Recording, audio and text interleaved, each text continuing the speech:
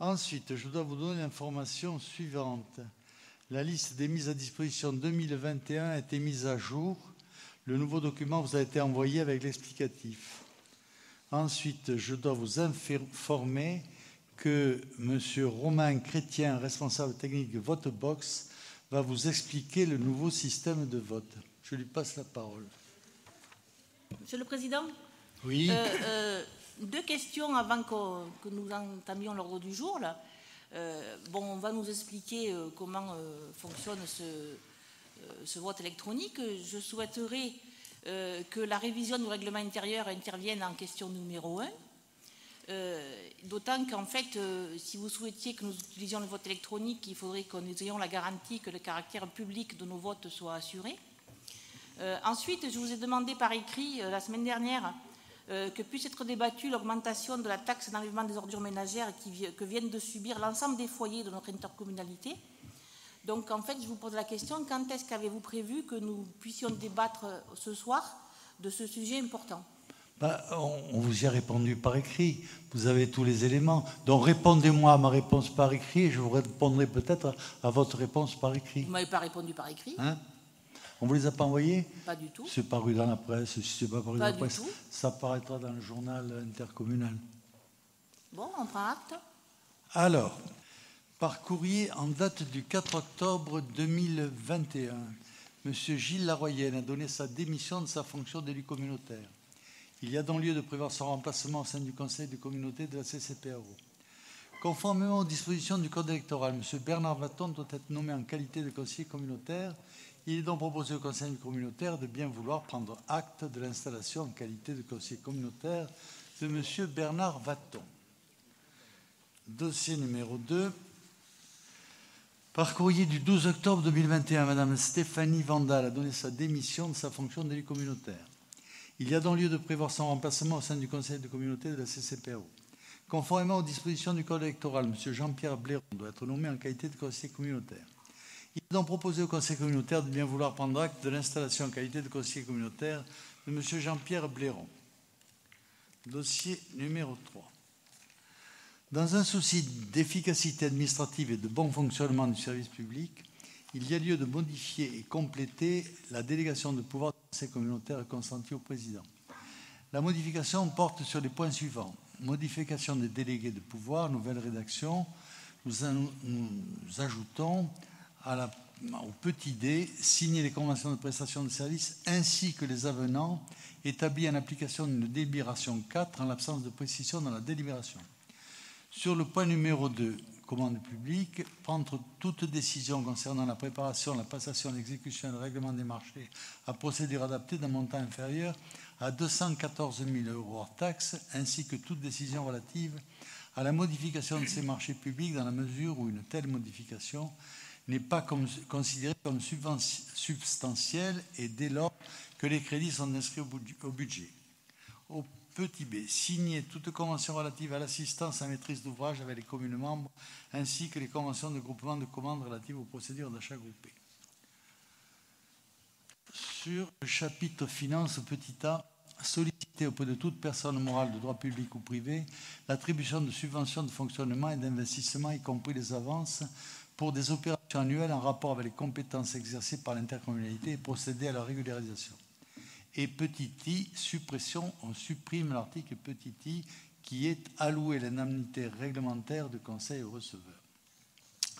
Les autres délégations n'ont pas été modifiées. Il est donc proposé au conseil communautaire de bien vouloir abroger la délibération numéro 20-2002-1 concernant les délégations d'attribution accordées par le conseil communautaire au président, approuvée lors de la séance du 17 juillet 2020. Donner les délégations au président pour la durée de son mandat en vertu de l'article L. 5211-10 du Code général des collectivités territoriales tel que précisé. Est-ce que vous avez des questions? Allez-y. Oui, Monsieur le Président, en fait, la remarque que je vais faire, elle est valable pour le dossier 3 et le dossier 4. Pourquoi avoir relevé le seuil de 90 000 € à 214 000 € pour recourir à la procédure d'appel d'offres des marchés publics? Il me semble que moi, ce type de décision nuit à la transparence, en fait. Et elle peut être une prise de risque en ne faisant pas jouer la concurrence entre les entreprises. Et donc, en fait, je voudrais savoir un petit peu pourquoi, subitement, on modifie le seuil, là. Et par contre, j'avais noté effectivement que vous aviez supprimé le petit i. C'était juste à titre de curiosité, je voulais savoir pourquoi. Y a-t-il d'autres questions? Allez-y. Pardon. Moi, je rejoins aussi ce problème de transparence et de fonctionnement démocratique de notre intercommunalité. Il y a eu beaucoup d'augmentation des prises de décision par simplement le président. Et je trouve qu'il serait plus démocratique que les sujets relatifs aux finances publiques notamment soient traités devant le Conseil systématiquement, et notamment dans le cadre d'une procédure de condamnation du président en cours qui me semble intéresse tous les Orangeois, donc pour que tous les sujets financiers soient mis sur la place publique.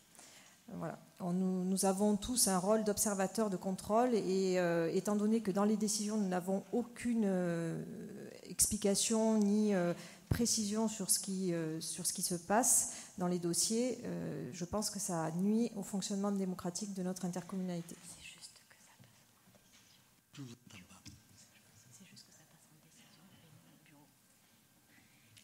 Y a-t-il d'autres questions? Ok. Alors, s'il n'y a pas d'autres questions, d'abord, premier point, on relève les seuils parce que la loi relève les seuils. Hein, si la loi le permet, on le fait. Par ailleurs, tout ça se fait après décision et toutes les décisions, elles vous sont soumises. Vous pouvez poser toutes les questions que vous voulez sur les décisions qui sont prises. C'est pour ça qu'elles vous sont distribuées. Et ensuite, tout se voit en bureau également. Et c'est vrai qu'on considère que le rôle du bureau est élargi. D'ailleurs, je crois que la même opération va se faire avec les décisions du bureau, ce qui met en place ce parallélisme.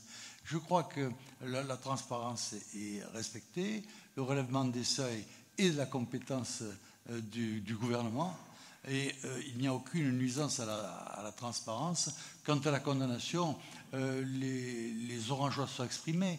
Ils m'ont élu 4 fois, alors que vous avez fait toutes vos campagnes sur mes condamnations. Donc, si nous sommes dans une démocratie et qu'on traite les gens au nom du peuple, le peuple s'est largement exprimé.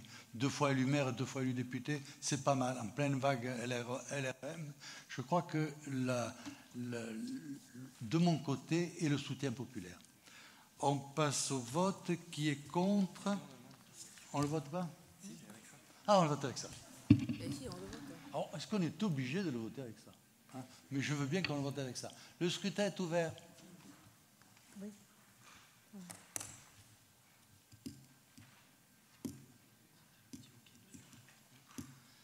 Tout le monde s'est exprimé?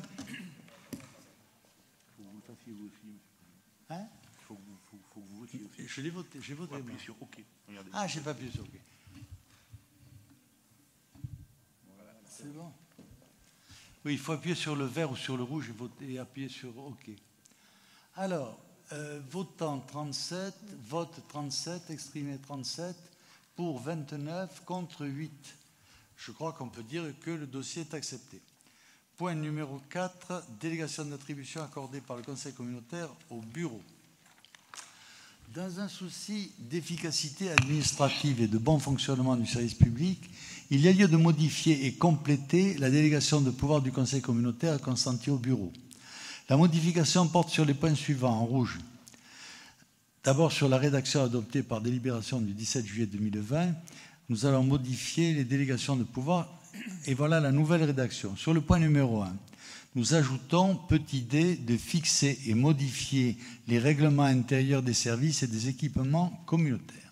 Sur le point numéro 2, nous ajoutons prendre toute décision concernant la préparation, la passation, l'exécution et le règlement des marchés et des accords cadres d'un montant supérieur ou égal à 214 000 € hors taxes jusqu'au seuil de procédure fixé, décret pour les marchés publics de travaux et les contrats de concession, ainsi que toute décision concernant leur modification n'étant pas considérée comme substantielle. Supprimons le paragraphe petit b.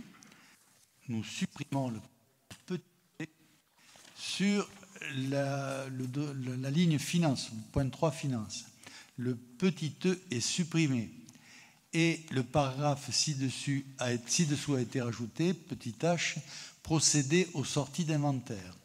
Sur le point numéro 4, patrimoine et domanialité, il est ajouté « Décider de toute acquisition, cession et échange immobilier conforme à l'évaluation des services fiscaux dans la limite d'un montant de 1 million d'euros et approuver les conditions de rémunération des intermédiaires. » Point petit e, décider de la réforme et de la cession à titre gratuit ou onéreux des biens meubles de la communauté de communes d'une valeur unitaire comprise entre 1 000 et 100 000 euros, ainsi que la restitution aux communes propriétaires des biens mis à disposition.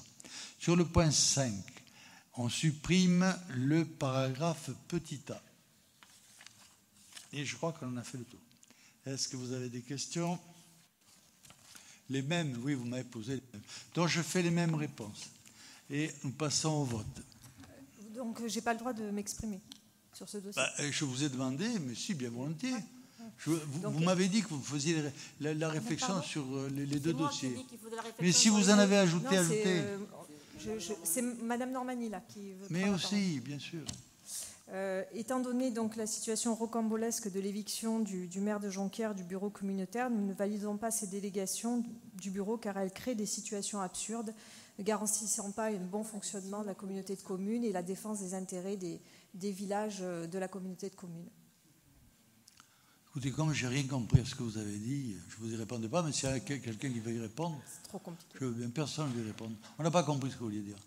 Faites-vous savoir par écrit, on vous répondra. Vous voulez que je répète? Ou alors soyez clair, répétez si vous voulez. Étant donné la situation rocambolesque de l'éviction de Monsieur le maire de Jonquière, je pense que cette situation crée au sein du bureau un non-fonctionnement démocratique. Et donc, je pense que augmenter les délégations du bureau ne permet pas d'augmenter la démocratie au sein des communautés de communes et l'équilibre de discussion entre toutes les communes. Alors, vous attaquez sur un point de droit. Je vous conseille de prendre langue avec le préfet ou de prendre langue avec votre avocat et on va voir qu'est-ce qu'il va trouver parce que tout ce que nous avons fait est légal. Hein. Le maire de Jonquière a décidé de rentrer dans l'opposition lors de la première séance de ce conseil. C'est sa liberté, mais nous, notre liberté, c'est de dire qui nous voulons et nous n'allons pas nous en priver pour vous faire plaisir. Nulle part il est écrit que le maire d'une commune doit être au conseil d'administration. Oui, par contre, il y a la réunion des maires qui est faite pour ça, pour que tous les maires soient consultés, et il a été régulièrement invité à la réunion des maires. Il n'est jamais venu, ce qui montre bien le peu d'intérêt qu'il porte pour nos travaux, ce dont nous le remercions. Les décisions sont prises en bureau des maires. Je crois qu'on a fait le tour, on passe au vote. C'est de la mauvaise foi. J'ai compris comment ça marchait. Alors, dossier numéro 5.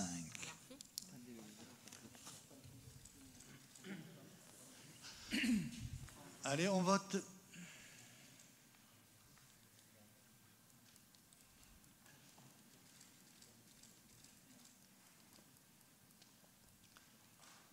Je crois que le compte est bon. Alors, vote 37, exprimé 37, majorité simple 29. Pour 29, contre 8. Le dossier est adopté, je vous en remercie. Dossier numéro 5. Modification du règlement intérieur du Conseil communautaire, vote électronique. L'exécutif a souhaité mettre en place un dispositif permettant de disposer du vote électronique au moyen de boîtiers pour le vote des délibérations et ce, dans le respect de la réglementation en vigueur. La modification des dispositions du règlement intérieur du Conseil communautaire, article 21, s'avère donc nécessaire pour permettre l'utilisation de ce dispositif au sein des conseils. Il est donc proposé au Conseil communautaire de bien vouloir modifier le règlement intérieur du Conseil communautaire. J'ajoute que ce qui a motivé cette opération, c'est le fait que certains élus votaient différemment à main levée que ceux qui l'ont voté par écrit. Et que donc ça rendrait le dépouillement impossible et que donc les services ont demandé quelque chose qui soit irréfutable. Et dans notre grande bonté, bien que ça me choque un peu, nous avons accepté. Est-ce qu'il y a quelqu'un qui veut intervenir? Allez-y. Comme je vous l'ai signifié par écrit, nous sommes particulièrement interpellés quant à l'introduction du vote électronique dans le règlement intérieur de façon aussi précipitée. Tout d'abord, il s'agit d'une modification majeure et cela mérite débat. Ensuite, de par la petite taille de notre PCI et de par le bon fonctionnement des feuilles d'enregistrement, rien ne justifie un tel investissement. Nous n'avons aucune d'ailleurs donnée chiffrée. Et enfin, aucune procédure de vérification de la sincérité du vote nous a été communiquée avant cette mise en place, qui semble avoir été vraiment décidée dans l'urgence. Par exemple, on peut lire que dans des procédures d'autres communautés de communes, il y a un tirage au sort des boîtiers avant les votes, notamment à bulletin secret. Donc voilà, pour toutes ces raisons, nous pensons qu'il serait raisonnable et honnête de reporter cette décision lorsque tous les éléments auront été portés à la connaissance de l'ensemble des conseillers du Conseil communautaire. Et je propose que si nous devons voter malgré tout cette délibération, nous la votions à bulletin secret. Oui. Allez-y.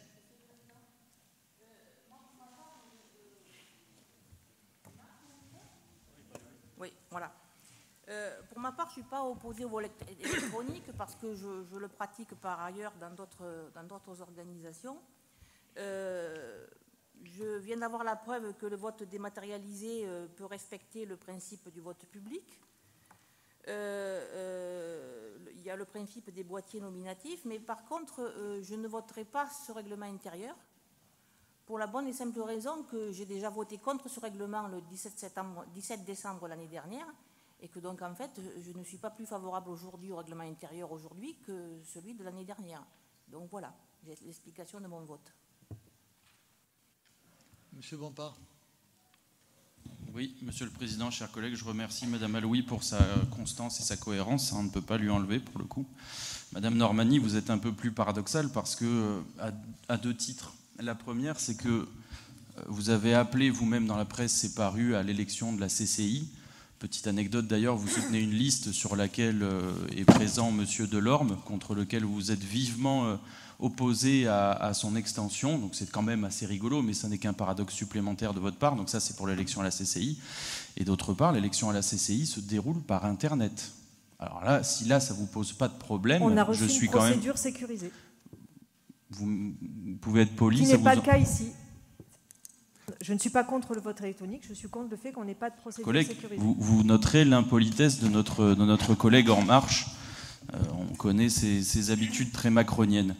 Donc vous estimez qu'il y a eu une insécurité, vous avez vu que ça marchait, que ça fonctionnait bien. Sur Internet, ça vous choque pas. Encore une fois, vous êtes paradoxal et ridicule. C'est dommage, mais c'est ce qui fait la différence entre vous et Madame Alouis. J'ajoute que le contrôle, vous le faites, puisque vous voyez comment vous votez. Donc vous faites un contrôle immédiat et qui ne peut pas être plus efficace que celui-là. Mais on a l'habitude. Donc on passe au vote.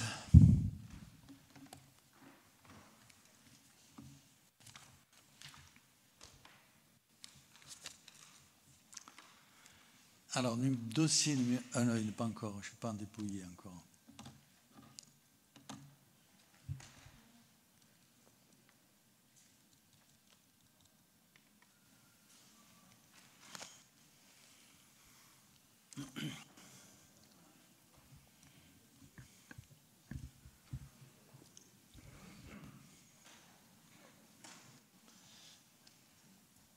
Alors, le vote est terminé. Votant 37, exprimé 37, pour 29, contre 8. Le dossier est adopté, je vous en remercie.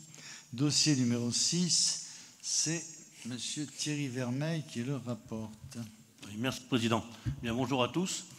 Ce dossier concerne l'habitat et la mise en place du régime d'autorisation préalable de mise en location, dit permis de louer. Cette délibération ne va concerner que les communes de Caderousse et Orange. Alors pourquoi ? Parce que le permis de louer est un choix de communes. Donc Caderousse et Orange ont fait le choix d'adhérer à ce projet. Concernant Courthézon, Châteauneuf et Jonquière, ils ont fait le choix d'attendre. Ils pourront rejoindre le projet par la suite. C'est une décision donc à chacune des communes. Voilà pour l'explication. Je finis, si vous voulez bien, après on passe aux questions. Comment ? Je finis et on passe aux questions après, si vous voulez bien. Ah, excusez-moi, je croyais que vous avez, en général, vous êtes tellement court que voilà, je croyais que c'était terminé. Bien donc, en vue de revitaliser les centres anciens, de lutter contre l'habitat indigne et contre les marchands de sommeil, la loi a mis à disposition des communes ou EPCI compétents en matière d'habitat un nouvel outil, le permis de louer. Celui-ci permet de définir des secteurs géographiques, voire des catégories de logements au sein de secteurs géographiques pour lesquels la mise en location d'un bien est soumise à une autorisation préalable ou une déclaration de mise en location. La communauté de communes du Pays Réuni d'Orange, compétente en matière d'habitat, propose la mise en place du régime de l'autorisation préalable de mise en location sur certains secteurs des communes de Caderousse et Orange, en complément de l'OPA-RU. Dans ces secteurs, la mise en location d'un bien immobilier devra faire l'objet d'une demande d'autorisation préalable qui conditionnera la conclusion d'un contrat de location. Lorsque le logement est susceptible de porter atteinte à la sécurité des occupants et à la salubrité publique, l'autorisation préalable de mise en location peut être refusée ou soumise au respect de certaines conditions. Ce refus doit être motivé et préciser la nature des travaux ou aménagements prescrits. La délibération fixe une date d'entrée en vigueur au 1er juin 2022 et définit les modalités de dépôt d'instruction des demandes d'autorisation. Alors, quelques éléments complémentaires, si vous voulez bien. Donc, les dépôts des dossiers se feront soit à la CCPRO, donc au siège, soit par électronique. Les modalités d'instruction. Le dépôt de l'autorisation donnera lieu à la remise d'un récépissé. Après vérification de la complétude du dossier, ce dossier sera facturé au propriétaire pour la somme de 70 €. L'autorisation préalable sera délivrée expressément dans un délai d'1 mois à compter de la remise du récépissé. Dans le cas d'un refus ou d'une autorisation soumise à condition, une contre-visite sera réalisée. Voilà. Est-ce que vous avez des questions ? Oui, Monsieur le Président, vous m'excuserez d'être un petit peu plus longue que d'habitude, mais c'est quand même un dossier important. Je demande à ce que ce dossier soit retiré de l'ordre du jour, sinon je voterai contre et je vais m'expliquer pourquoi, mais de manière très argumentée. J'attache beaucoup d'importance à la lutte contre l'habitat dégradé et insalubre, car quelle que soit sa condition, tout être humain a le droit de vivre dans un logement décent avec un minimum de confort. C'est d'autant plus important que le mal logement peut parfois porter atteinte à la sécurité et à la santé des locataires. C'est donc une bonne chose que cette question soit mise à l'ordre du jour, sauf que je suis très surprise par le contenu de cette délibération qui ne peut être votée en l'état. Savez-vous, mesdames et messieurs les élus, que la mise en place du permis à louer peut s'organiser à travers 2 procédures distinctes. La déclaration de mise en location, la demande d'autorisation préalable. La première procédure, la déclaration de mise en location. Les propriétaires se situant dans un périmètre défini par le conseil communautaire, relevant de certains critères, doivent déclarer la location auprès du maire de la commune dans un délai de 15 jours à compter de la signature du bail. Ils annexent le dossier de diagnostic technique à leur déclaration qui est obligatoire pour que la CAF verse les APL aux locataires. Cette première procédure s'adresse à l'immense majorité des propriétaires qui sont en conformité avec la loi. Il s'agit d'une formalité déclarative qui devrait être gratuite. Elle les incite à avoir leur logement en conformité, car aucun locataire n'accepterait de signer un bail qui lui ferait perdre les APL. La deuxième procédure, c'est la demande d'autorisation préalable. Avec cette deuxième procédure, les propriétaires doivent obtenir une autorisation avant de mettre en location leur logement. Cette autorisation préalable étant très contraignante, elle ne s'applique qu'à un territoire très limité, un quartier, une rue, un îlot de maisons fortement dégradé. Je pense à la rue du Fond du Sac, à la rue Condorcet, derrière la rue du Renoyer, la rue des Carmes. Je pense à Marseille, à la rue d'Aubagne. Là, le propriétaire concerné par la mesure doit déposer une demande d'autorisation accompagnée des diagnostics immobiliers. La commune dispose alors d'1 mois pour autoriser ou non la mise en location du logement. L'objectif de cette autorisation préalable étant de lutter contre l'habitat indigne en refusant de mettre en location un logement susceptible de porter atteinte à la sécurité des occupants et à la salubrité publique, le refus de la commune est alors transmis au service chargés du versement des APL, CAF ou MSA. En cas de non-respect de la procédure, les propriétaires s'exposent à des amendes fixées par le préfet. Alors, je ne connais pas la situation du centre ancien de Caderousse. Je sais qu'il y a beaucoup de maisons à réhabiliter, mais je ne parlerai que de ce que je connais, je parlerai d'Orange. La délibération que vous nous proposez d'adopter met sur le même plan tous les propriétaires, ceux qui assurent leurs obligations et les propriétaires indélicats, car vous ne fixez pas de critères, type de logement, habitat ancien ou récent, et parce que le périmètre que vous nous proposez d'adopter comprend 90% d'habitations ne relevant pas de l'habitat dégradé et insalubre. Vous voulez donc obliger 90% des propriétaires parfaitement sérieux à faire une demande d'autorisation préalable avant de louer, en leur infligeant la perte de quelques semaines de loyer et une nouvelle taxe de 70 €. Après l'augmentation de la taxe des ordures ménagères, vous décidez avec cette délibération d'une augmentation déguisée de la taxe foncière. Il y a quelque chose qui ne va pas. Cette autorisation de permis à louer est une bonne procédure pour résorber l'habitat insalubre et dégradé, à condition qu'on ne se trompe pas de cible. Il faut revoir le périmètre et fixer des critères logement ancien, logement neuf ou récent, par exemple. Vous devriez retirer, Monsieur le Président, ce dossier de l'ordre du jour et nous présenter au prochain Conseil communautaire 2 délibérations, l'une portant sur la déclaration de mise en location et une deuxième portant sur la demande d'autorisation préalable avec un périmètre très limité.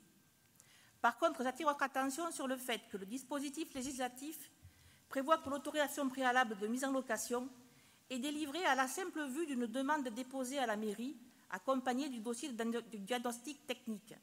Je m'interroge si la production de ces seuls documents suffiront à évaluer l'état de salubrité d'un logement. Dernière remarque, le montant de 70 € lors du dépôt de la demande d'autorisation pourrait être revu à la baisse.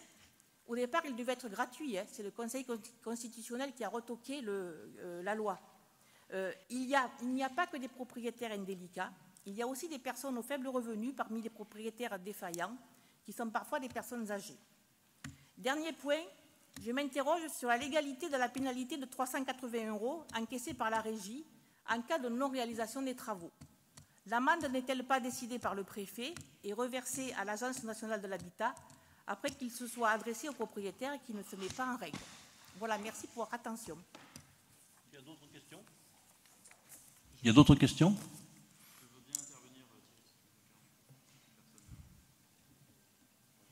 Oui, interviens et puis tu interviendras. Oui. C'est une question importante. J'espère quand même que vous allez nous apporter des réponses un peu claires et précises. On va vous répondre, Madame Alouis. Là, vous êtes en train d'arnaquer. Est-ce que vous pourriez nous laisser parler? Ça vous changerait un peu. Oui. Madame Alouis, je m'étonne un peu de vos inquiétudes, mais c'est très bien que vous preniez en cas les propriétaires. D'aucuns disaient que la propriété, c'est le vol, comme disait l'autre. Sauf qu'on a des situations de location qui s'avèrent très parfois dramatiques.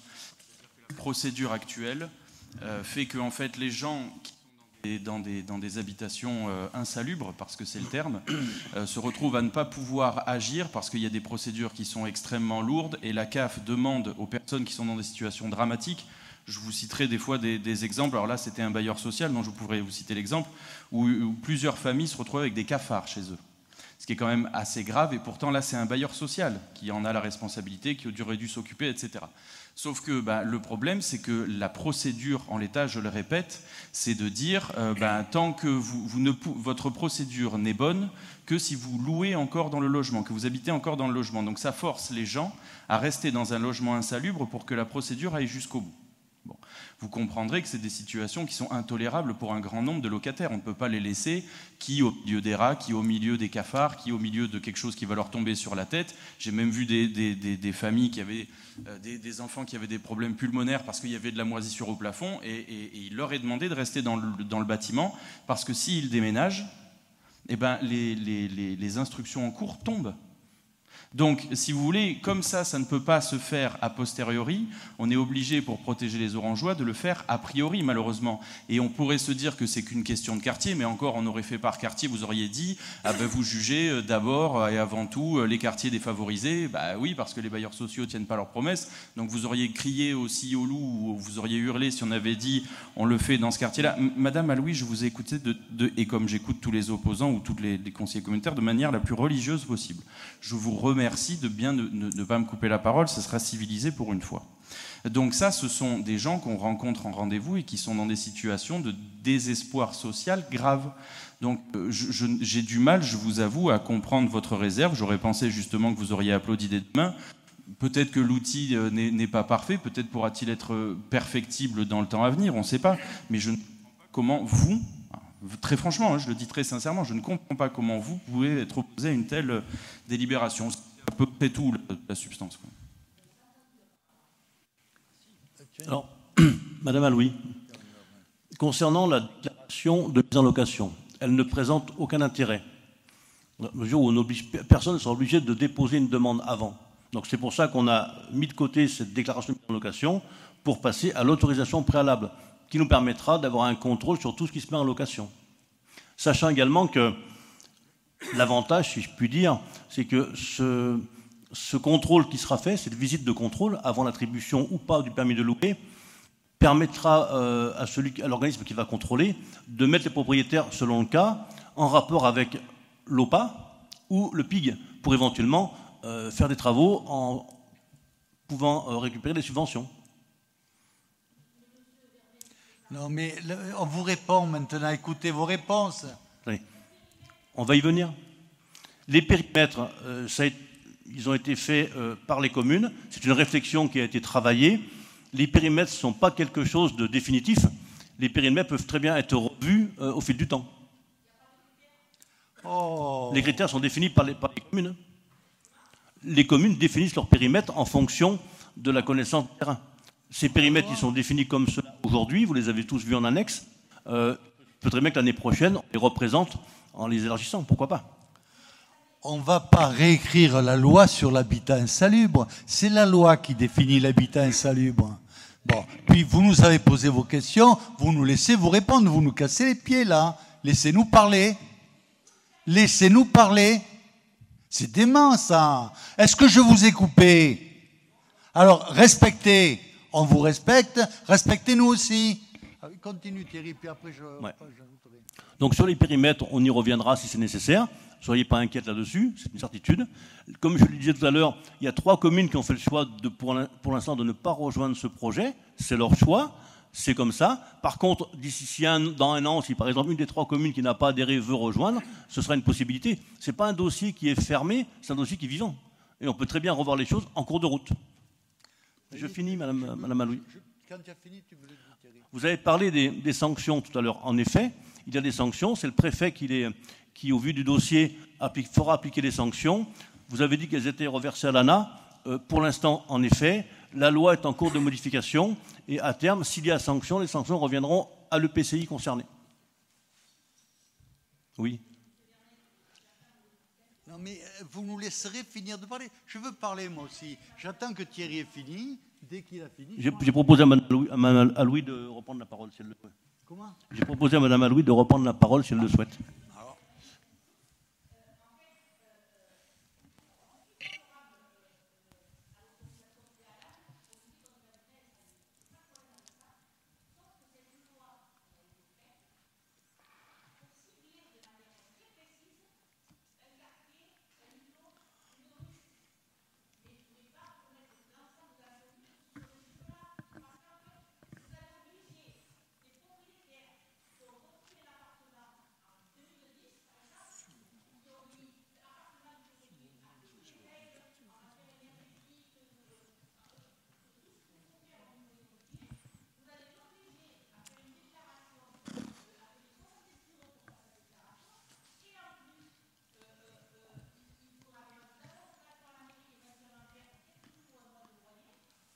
Ok. Non, on a compris, Madame Alouis. Non mais Thierry, il ne faut pas que tu donnes la parole. Ok, Madame Alouis, c'est bon. C'est pas ça, hein.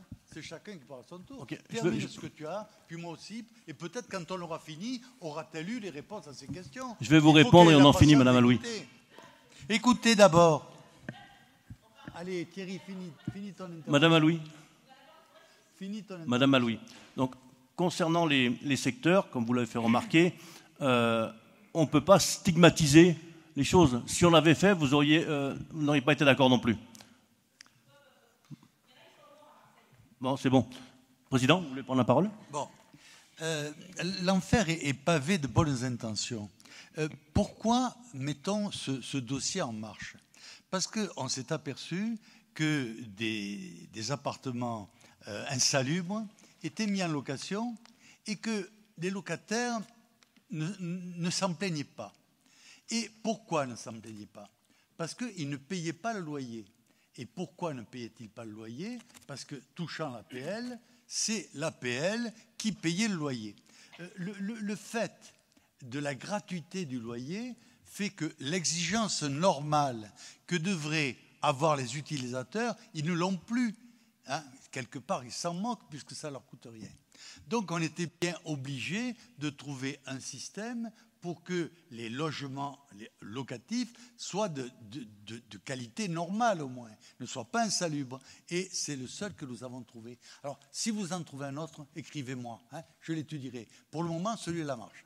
Par contre, on a localisé le permis de louer au cœur de ville, là où il y a le plus de location de marchands de sommeil.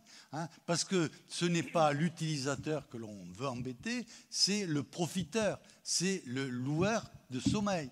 Hein, qui encaisse les APL. Alors ça arrange peut-être le locataire parce qu'il ne paye rien, mais la dégradation de la santé et le non-respect des individus qui louent est quand même important, du moins pour nous. Donc je crois que si on m'avait laissé parler, je crois que ça aurait été clair et que vous auriez eu les réponses que vous pouvez demander.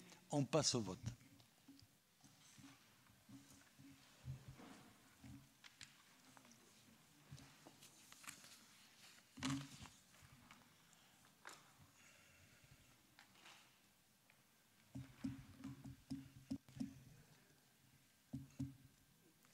Tout le monde s'est exprimé? Hein?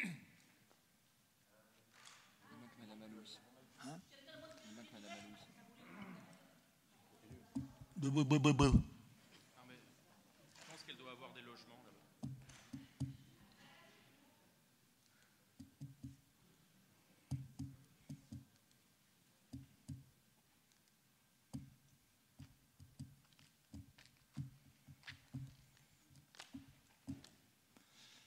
Bon.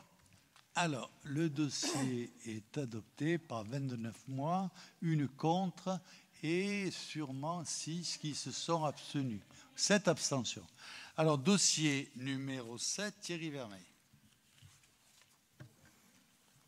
Il s'agit maintenant de la conférence intercommunale du logement et la désignation du représentant du président à la coprésidence. La loi ALUR impose la création d'une conférence intercommunale du logement, dit la CIL, en raison de sa compétence habitat, d'un programme local de l'habitat, PLH, approuvé, ou de la présence de quartiers prioritaires au titre de la politique de la ville. Ainsi, par délibération du 30 novembre 2015, modifiée par la délibération du 27 septembre 2018, le Conseil communautaire avait décidé de la création de la CIL et acté sa composition. La CIL sera le lieu de concertation, d'élaboration et de suivi des documents stratégiques prévus par les lois. Elle définit notamment les objectifs d'attribution et de mutation sur le patrimoine locatif social, les modalités de coopération entre bailleurs sociaux. Après avoir approuvé ces orientations, la CIL s'attachera à l'élaboration de la convention intercommunale d'attribution, dit la CIA, et sera associée au suivi de la mise en œuvre du plan partenarial de gestion de la demande, le PPGD. La CIL est coprésidée de droit par le président et par le préfet. Il est proposé au Conseil communautaire de désigner M. Vermeil, 4e vice-président délégué à l'habitat et à l'aménagement de l'espace communautaire, comme représentant du président pour la CIL, compte tenu de la nature de sa délibération. Voilà. Y a-t-il des questions Pas de questions, on passe au vote.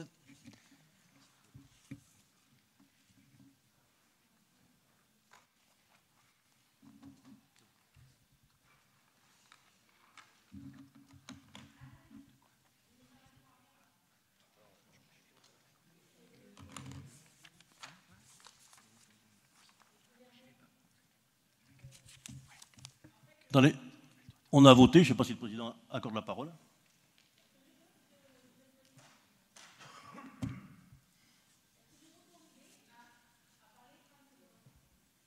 Allez, parlez 30 secondes.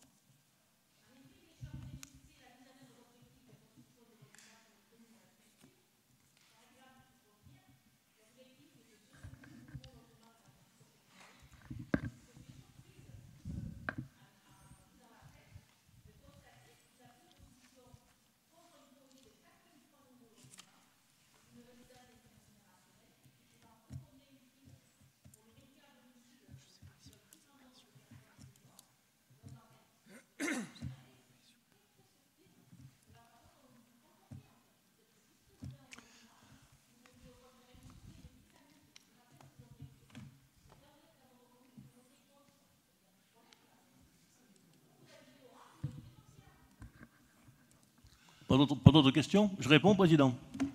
C'est complètement hors sujet, c'est typiquement Jonquiérois, mais on ne va pas, puisque l'opposition s'exprimait, je ne vais pas embaucher le vice-président du Conseil communautaire de s'exprimer. Tu peux y aller. Merci.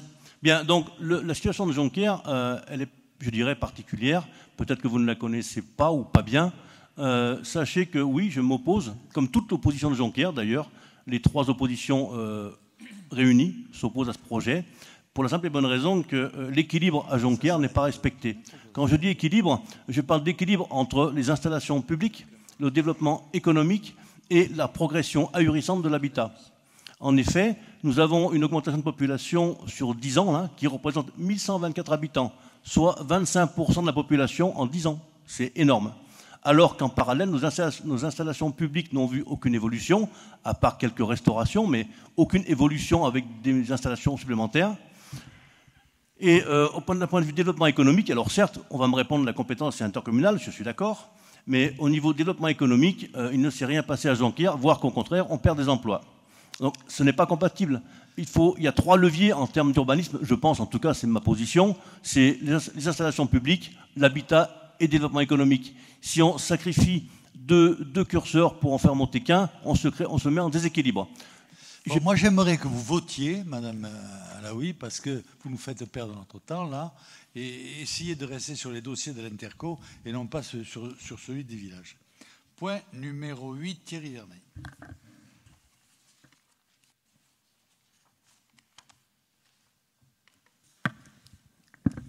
Bien, point numéro 8. Donc, il s'agit du rapport d'activité du syndicat mixte pour le SCOT du bassin de vie d'Avignon, dit le SMBVA. Donc ce rapport, vous l'avez tous reçu dans les annexes. Hein. Le SCOT, tout le monde le connaît, je pense. Hein. Le SCOT regroupe 4 PCI, Grand Avignon, CCPRO, Soc du Comtat et la CCAOP, donc les Gouvèzes en Provence. Ce qui représente 34 communes, 304 224 habitants, à cheval sur 2 départements et 2 régions. Donc un SCOT qui est assez important. Il y a beaucoup de débats, c'est très instructif en tout cas, et c'est un partenaire incontournable pour l'évolution de nos projets et de nos dossiers. Pas de questions, on passe au vote. On passe au vote. Hein? Oui, bien sûr. La parole est à Claude Avril. Juste un petit mot sur le SCOT, parce que nous avons la chance d'y siéger pour le compte de l'intercommunalité avec Nicolas Pagier en tant que vice-président. Parce que là, on est quand même au cœur de la problématique qui touche à notre territoire. C'est pas banal. Je voulais quand même que vous le sachiez. On n'a donc pas encore adopté le SCOT, entre guillemets, de l'ancien régime, puisqu'il a été arrêté, mais les personnes publiques associées ont fait leurs remarques. Ils n'acceptent pas un certain nombre de choses.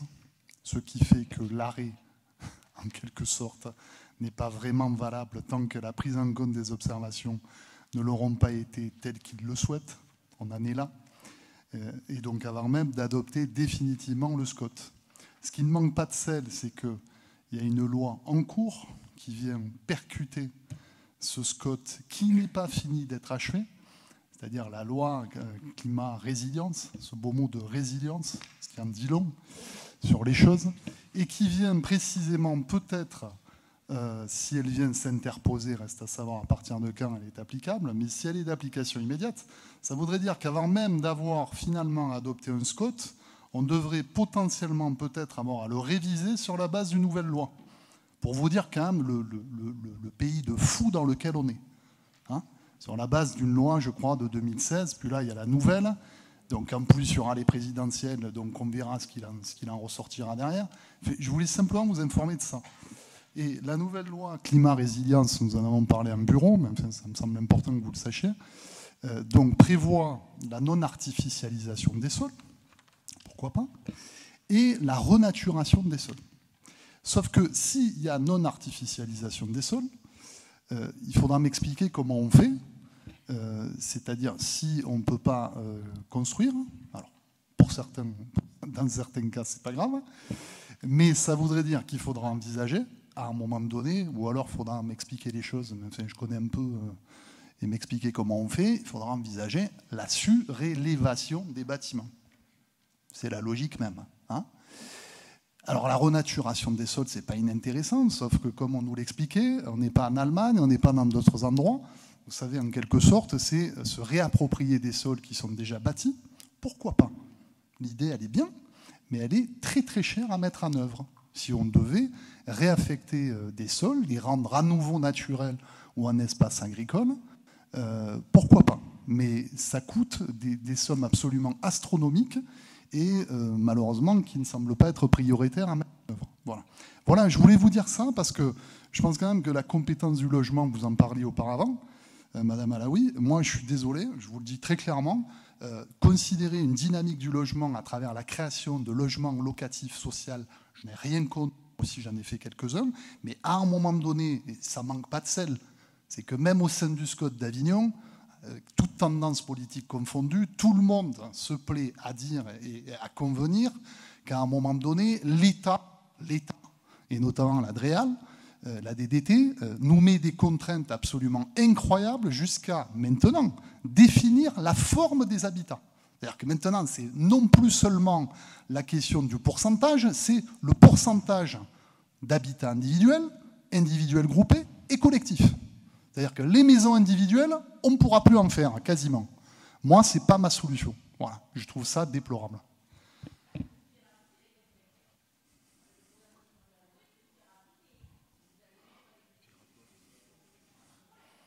Chacun son truc. Arrêtez de tout mélanger. Vous vous ridiculisez avec vos mélanges. Alors, on ne mélange pas les... Enfin, vous mélangez tout, comme toujours. On passe au vote. Je crois pas qu'il y ait de vote. Pas de vote. On vote pas. Bon, dossier numéro 9. Claude Avril, justement. Oui, messieurs, dames. Donc, pour tous les hébergements en attente de classement ou sans classement, à l'exception des catégories d'hébergements mentionnées dans le tableau du 3e alinéa de l'article 2333-30 du CGCT, le tarif applicable par personne et par nuitée compris entre 1 et 5% du coût par personne de la nuitée. Donc, conformément, encore une fois, à une nouvelle disposition législative, à l'article 124 de la loi de finances pour 2021, les hébergements non classés ou en attente de classement seront taxés dans la limite du tarif le plus élevé adopté par la collectivité. Ce qui semble correspondre nous concernant, puisque nous n'avons pas de palace et pas de 5 étoiles, ce qui est bien dommage. Vous voyez, ce serait peut-être préférable d'avoir ça. Parfois, c'est encore mieux si on veut donner un peu plus fière allure à notre territoire encore. Mais c'est dans la limite du tarif du 4 étoiles. Cette mesure est entrée en vigueur dès le 1er janvier 2021 et ne requiert aucune nouvelle délibération des collectivités. Il est demandé à l'Assemblée délibérante d'abroger la délibération du Conseil communautaire du 7 juin 2021 pour procéder à des ajustements. Voilà, donc prendre acte de la délibération à abroger et que la délibération du 17 septembre 2020 continue de s'appliquer. Voilà, Monsieur le Président. Y a-t-il des questions? Allez-y. Non, la parole est à votre collègue. Petit itinéraire matériel. Oui, j'avais juste quelques questions. Bien sûr, vous n'êtes pas du tout tenu d'y répondre tout de suite. Hein. C'est des questions de chiffres. Donc, on aurait aimé connaître le taux de remplissage des hébergements touristiques du Pays d'Orange sur 2021. Alors voilà, en fin d'année, ça serait intéressant. Et aussi nous donner la ventilation entre les hôtels, les chambres d'hôtes et les particuliers type Airbnb. Et éventuellement aussi les montants des taxes de séjour collectées depuis 2018, si c'est possible. Mais je pense, Madame Normani, on verra d'ici le mois prochain, parce que vous savez qu'il y a encore jusqu'à la fin de l'année, mais on pourra, déjà on aura un rapport d'activité que je vous présenterai le mois prochain, et on va se renseigner pour voir ce qu'il en est. Bon, si on veut voir le détail de tout ça, mais en tout cas le taux de ce qu'on a perçu. J'espère que ce sera un peu plus sûr que les années précédentes. Vous savez que c'est très important pour nous, puisque ça vient financer l'Office du tourisme en plus et du complément de la subvention qui est donnée. Et pour la ventilation, je demanderai au directeur de voir un petit peu si on a plus d'éléments avec la dame qui s'occupe de la perception. On vous tiendra au courant. D'autres questions? Pas d'autres questions? On passe au vote.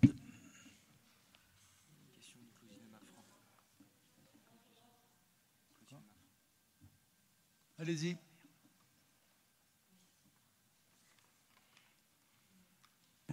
Pardon. Oui, merci de me donner la parole. Alors, puisque on a quand même quelques questions effectivement décalées par rapport à l'ordre du jour, et puis comme par hasard, la commune de Jonquière revient régulièrement, comme par hasard. Je voulais m'adresser à Madame Alaoui et à Carole Normani, puisque vous avez de l'intérêt pour notre commune, on vous en remercie. Et là, puisqu'on parle de tourisme et que l'on vient juste de parler de logement, j'ai envie de dire qu'effectivement, on ne peut pas traiter sujet après sujet et indépendamment les uns des autres. Quand on va à la rencontre à Jonquière des propriétaires de gîtes, il y a une plus-value, on ne peut que s'en réjouir, c'est sur l'ensemble du Vaucluse, c'est un secret pour personne. Pour autant, ces mêmes personnes, vous voyez Madame Alaoui, s'inquiètent vivement de voir 200 logements nouveaux arriver sur Jonquière, parce que 200 logements en plus, dans le temps bien sûr, voire plus, ça défigure une commune, un petit village. Voilà, je souhaitais apporter cette précision. Merci. On passe au vote.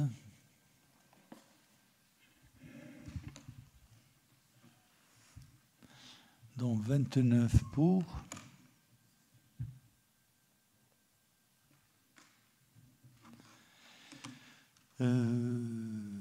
Contre 0, abstention 0. Il doit y avoir un certain nombre de non-votants.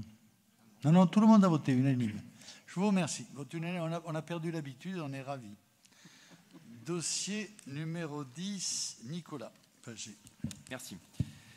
Le point 10 concerne le budget principal avec une troisième décision modificative. Il nous a été notifié un trop perçu en matière de subventions concernant les torts épalus à Courthézon qu'il revient de restituer au syndicat mixte Ouvèze-Provence pour un montant de 1 444 €. Je vous rappelle que dans le cadre du tort épalu, le programme d'acquisition est lancé depuis plusieurs années en vue de valoriser et protéger cette zone humide et que cette compétence a été transférée depuis quelque temps déjà au SMOP. Il est donc proposé de diminuer le chapitre 21 et d'augmenter le chapitre 13 subventions d'investissement en dépenses d'investissement pour pouvoir reverser cette subvention au SMOP. Pas de questions? On passe au vote. Allez-y.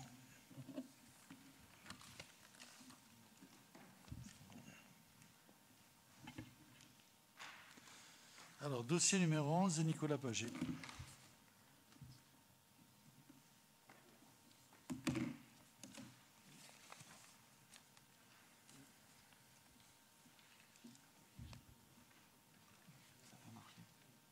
Moi, j'ai voté, moi. Je n'ai pas voté, moi.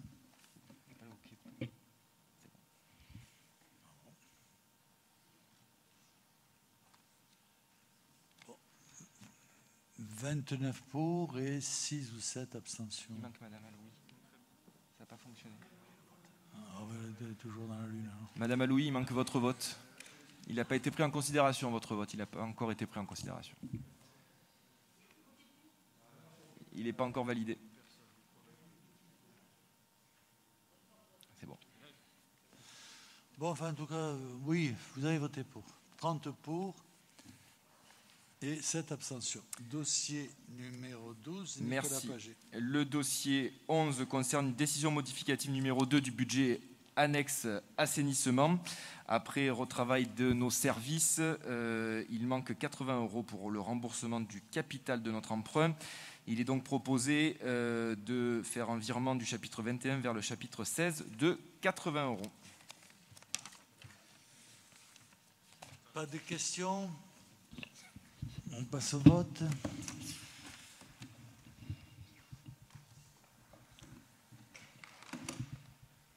Je ne prends pas mes votes, je vote trop vite.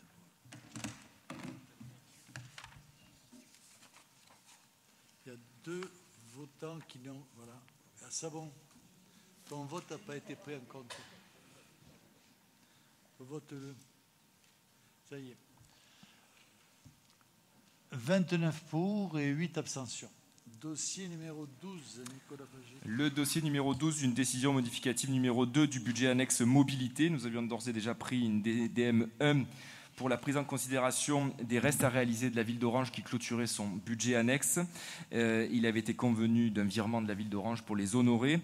Après un retravail avec la trésorerie, nous avions initialement prévu d'encaisser ce virement au chapitre 01 et il est préférable de l'encaisser au chapitre 1068. Il est donc proposé de faire une ventilation de compte en ce sens. Pas de questions? On passe au vote.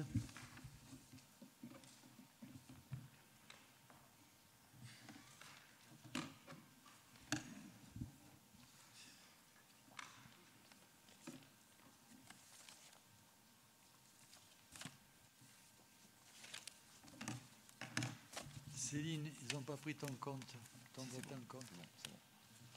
C'est bon, ça y est. Dossier numéro 13, Xavier Marco. Oui, donc c'est en complément de ce que vient de dire Nicolas Pagé concernant la GEMAPI. Donc approbation de la convention établie par le syndicat mixte de l'Ouvèze provençal pour le remboursement d'un trop perçu par la CCPRO et la commune de Courthézon dans le cadre du projet de la gestion de la zone humide du Torrépalus.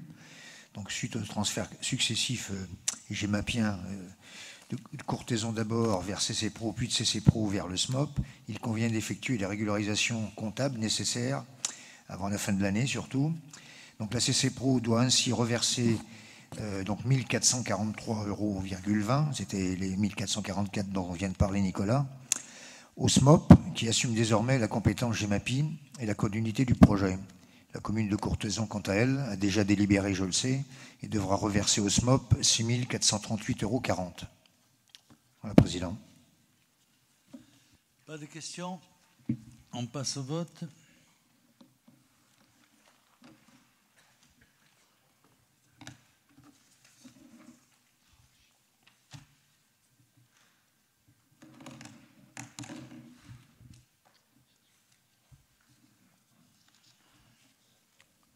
Madame Alaoui, vous n'avez pas voté?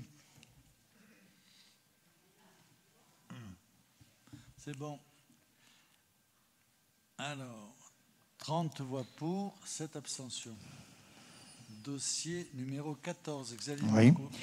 Donc c'est études et prévention de lutte contre la grêle. Hein. Convention donc entre la CCPRO et l'association Prévigrel.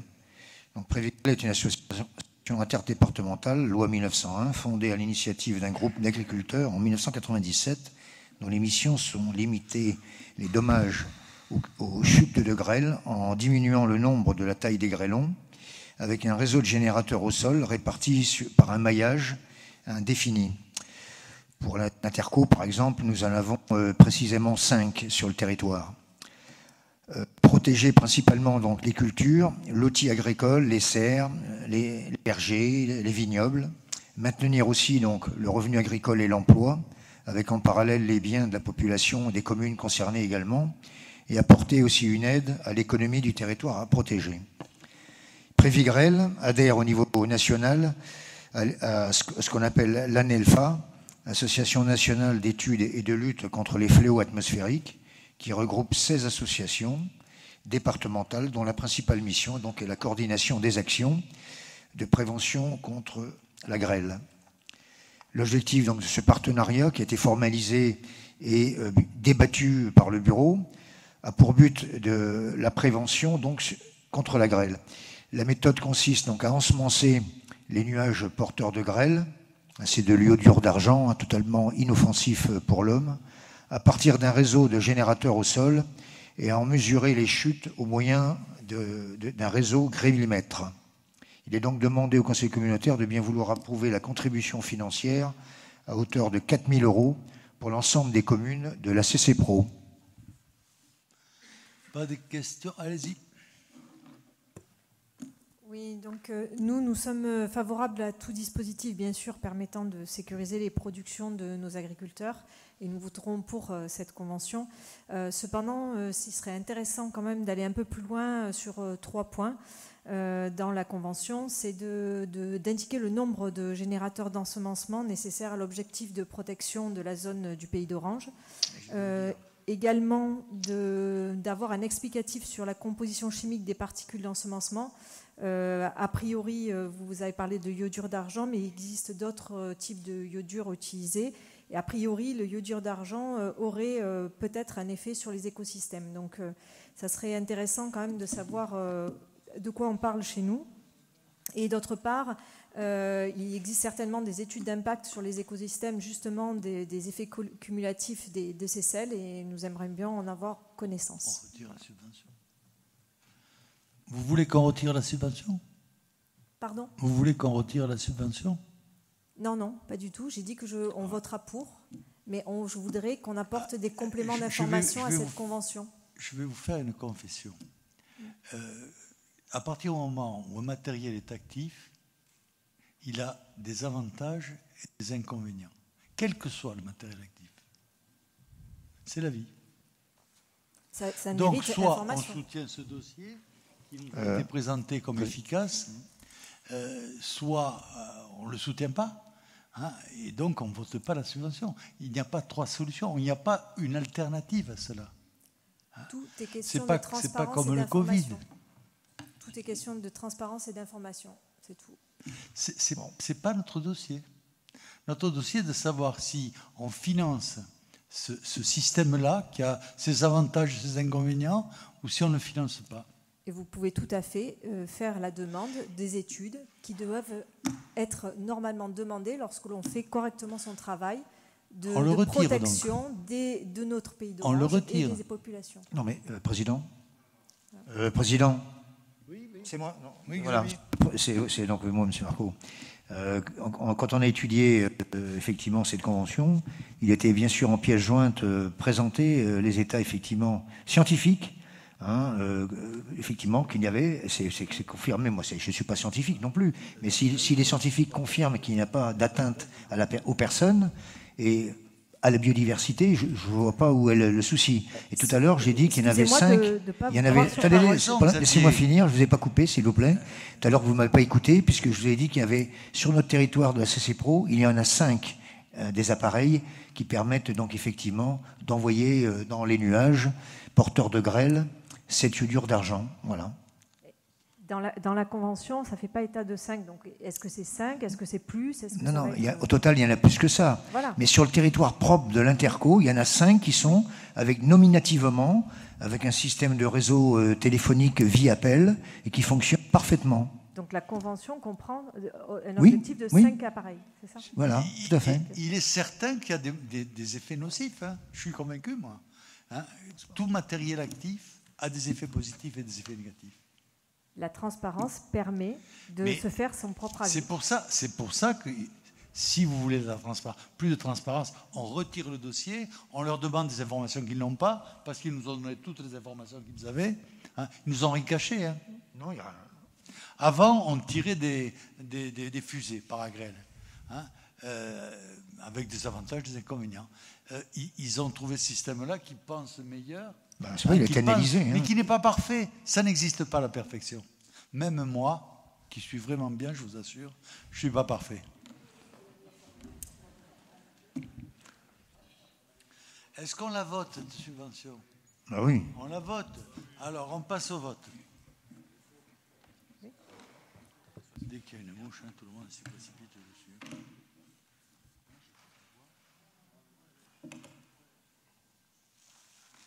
Il ne me prend pas mes votes à moi.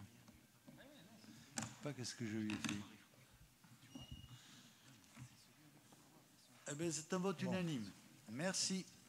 Alors, dossier numéro 15, Xavier Marcoton. Donc c'est de l'assainissement. Donc il s'agit simplement d'annuler la délibération que nous avions prise le 27 septembre dernier, car effectivement, en suivant le schéma directeur de la commune de Cadrousse, initialement, il avait été proposé de mettre une canalisation donc, de 200 dans un matériel polypropylène donc, qui était proposé initialement dans le schéma directeur, et après donc, les études de l'avant-projet, on s'est aperçu qu'il fallait plutôt mettre ce réseau qui traverse tout le village avec une conduite en fonte. Donc ça augmente un peu le coût, et comme c'est subventionné à 50% par l'agence de l'eau, il nous faut refaire la présentation de la demande, donc refaire une nouvelle délibération pour le nouveau coût qui a augmenté d'environ 30 000 €, bien sûr. Voilà. Donc il est demandé au conseil communautaire de bien vouloir abroger la précédente délibération du 27 septembre, qui était basée donc sur les précédents montants, et d'approuver la réalisation de ces travaux et de solliciter l'aide financière de l'agence de l'eau. Voilà, Président. Y a-t-il des questions?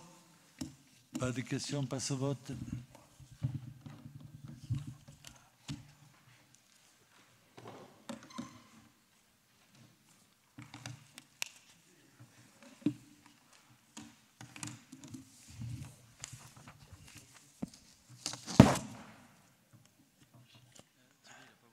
Thierry Vermeil n'a pas voté. Il est parti. Et Maf Claudine. Bon, eh ben, écoutez, il y aura 36 voix pour au lieu de 37. Et il revient? Oui, il est parti. Bon, alors, il va revenir voter. Pendant ce temps, le dossier numéro 16 va être rapporté par Christophe Régnier-Duval. Bonsoir, mesdames, messieurs. Alors, on va parler du contrat d'objectif de prévention tri et déchets et économie circulaire avec la région PACA Sud. Ce rapport est un acte d'engagement important aux côtés de la région dans le cadre de notre volonté commune de diminuer la production de déchets et d'améliorer le traitement tout en maîtrisant les coûts. La CCPRO souhaite notamment bénéficier de la proposition de soutien financier offerte par la région PACA Sud à travers le contrat d'objectif prévention tri des déchets et économie circulaire.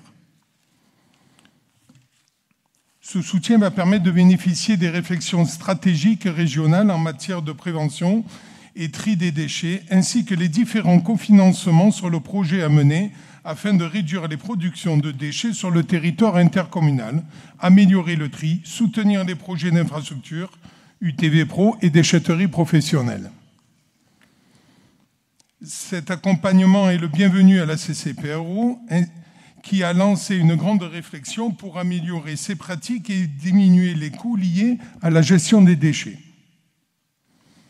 Vous avez pu constater qu'il y avait différents points et nous avons répondu sur différents points. Les points, vous trouverez ainsi 8 objectifs principaux et 17 actions ciblées. Bon, cela ne veut pas dire qu'on va répondre à tous ces objectifs-là. Par contre, il s'agit simplement des axes pris en compte par la région. Avec ce contrat, nous traçons une voie plus vertueuse et économique pour la gestion de nos déchets.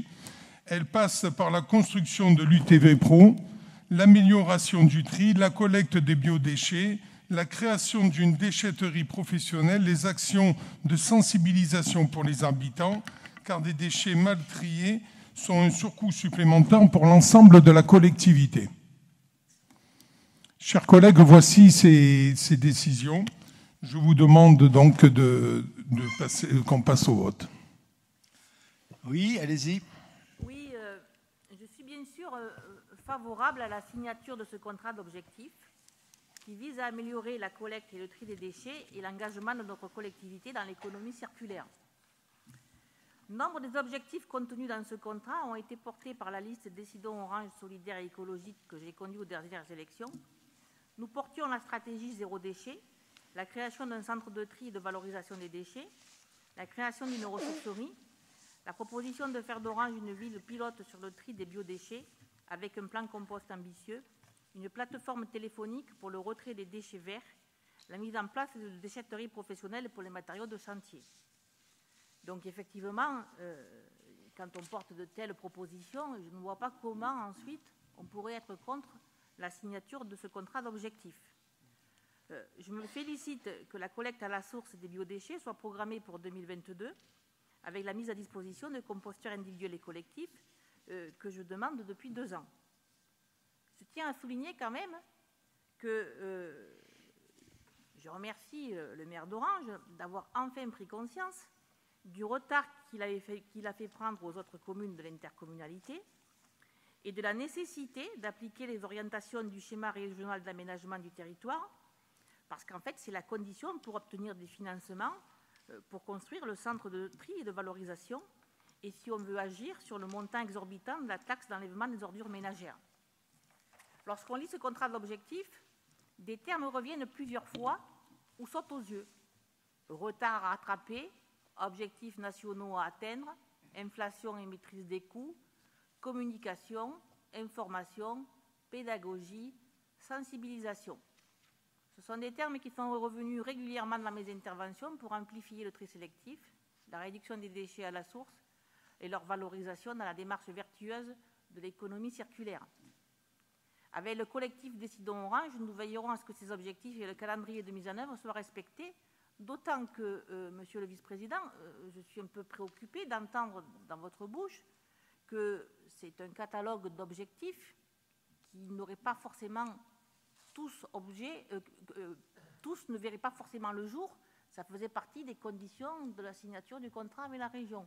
Donc ça, c'est déjà un petit peu plus problématique. Donc j'espère quand même que ce qui figure dans ce contrat, ce sont des objectifs politiques que nous fixerons collectivement l'ambition de mettre en œuvre. Je vous avais proposé, Monsieur le Président, d'organiser une visite du centre de traitement et de valorisation du Puy-en-Velay avec une délégation des élus communautaires de la majorité et de l'opposition. Avez-vous réfléchi à cette proposition? Cela permettrait que nous ayons l'intime conviction que notre intercommunalité est engagée dans une démarche de développement durable avec un projet ambitieux. Y a-t-il d'autres questions? Oui, donc je suis également dans cette démarche de souligner le manque d'incitation du tri depuis des années. On en a déjà plusieurs fois parlé en conseil communautaire.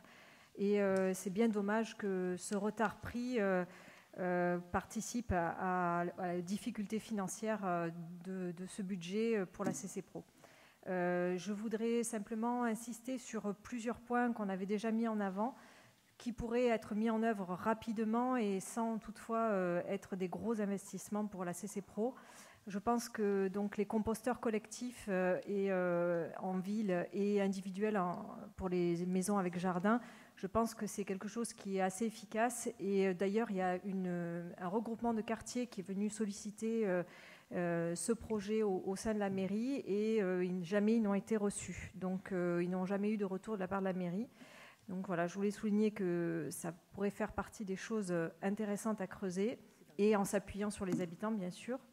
Par ailleurs, il y a toujours la possibilité de la tarification incitative qui, à mon sens, reste quand même la plus efficace pour inciter les gens à trier leurs déchets.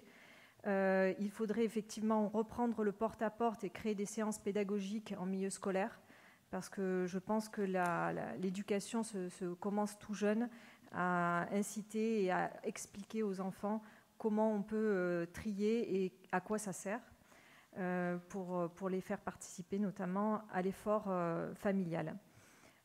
Enfin, il y a également des solutions innovantes qui ont été mises en place par pas mal de sociétés en France et notamment l'entreprise Earthway qui transforme les plastiques agricoles en pétrole. Et je pense que ça serait intéressant d'aller solliciter ces entreprises pour voir dans quelle mesure on peut communiquer et les aider à rentrer en contact avec nos citoyens du pays d'Orange. Ensuite, une ressourcerie à Orange serait vraiment la bienvenue. Nous l'avions proposé dans notre programme électoral. Ça marche très bien sur Bolène et sur Vaison. Je pense qu'on est là aussi très en retard sur beaucoup de communes du Vaucluse qui ont déjà créé ce genre de lieu et qui permettent vraiment à tout le monde de donner une seconde vie à ces objets. Et enfin, l'installation également de machines de collecte de bouteilles plastiques. Là aussi, je pense que la grande distribution peut participer à l'investissement et ça permet également de créer de la rémunération en localité avec des bons d'achat. Donc je pense que ça peut être aussi un investissement intéressant. Y a-t-il d'autres questions? Tu veux répondre? Qui c'est qui veut répondre? Non? Pas d'amateur? Je voulais juste intervenir pour vous dire que on a la même vision. On subit tous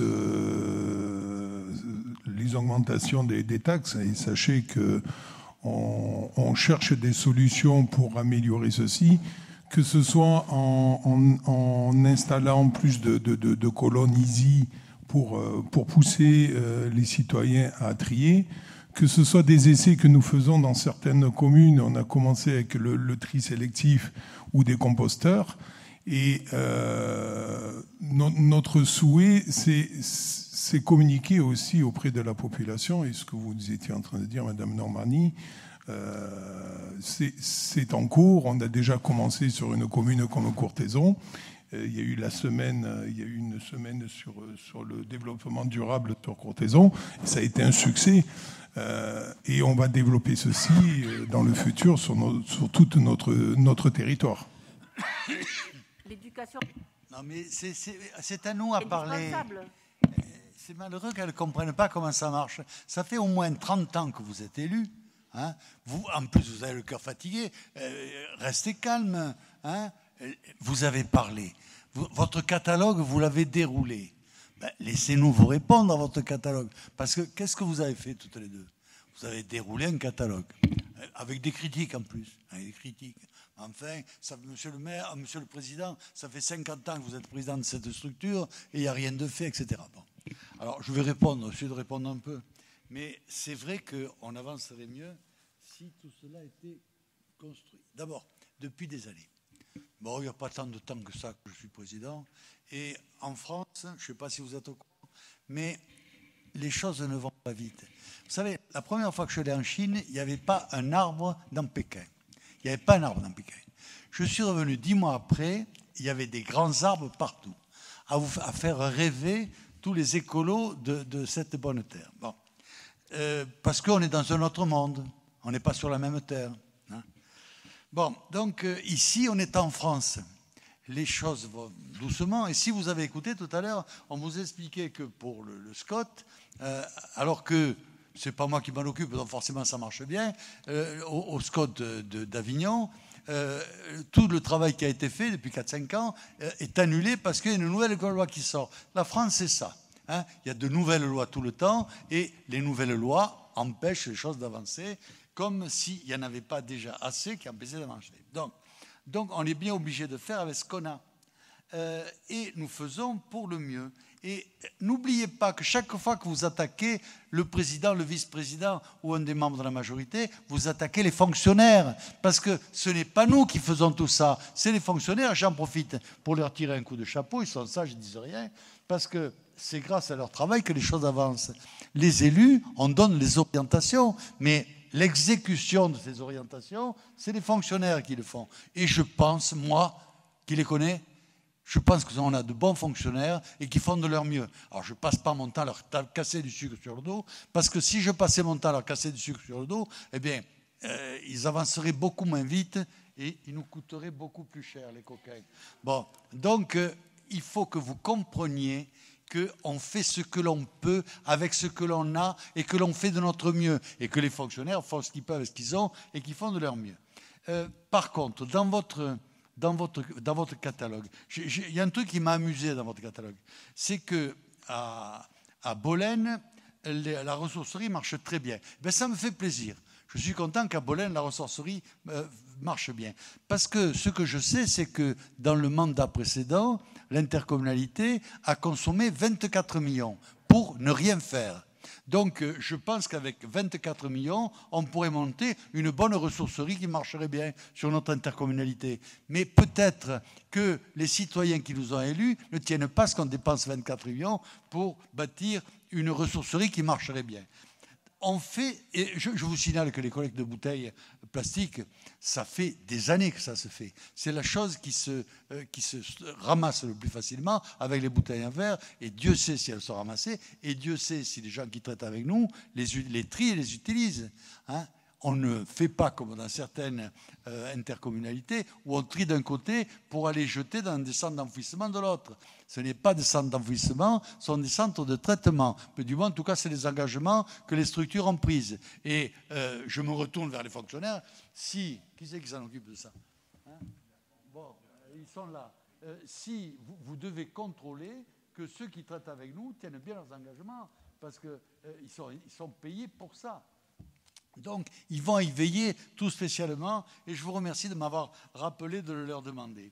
La formation. La formation, vous savez, c'est un dossier qui n'est pas facile.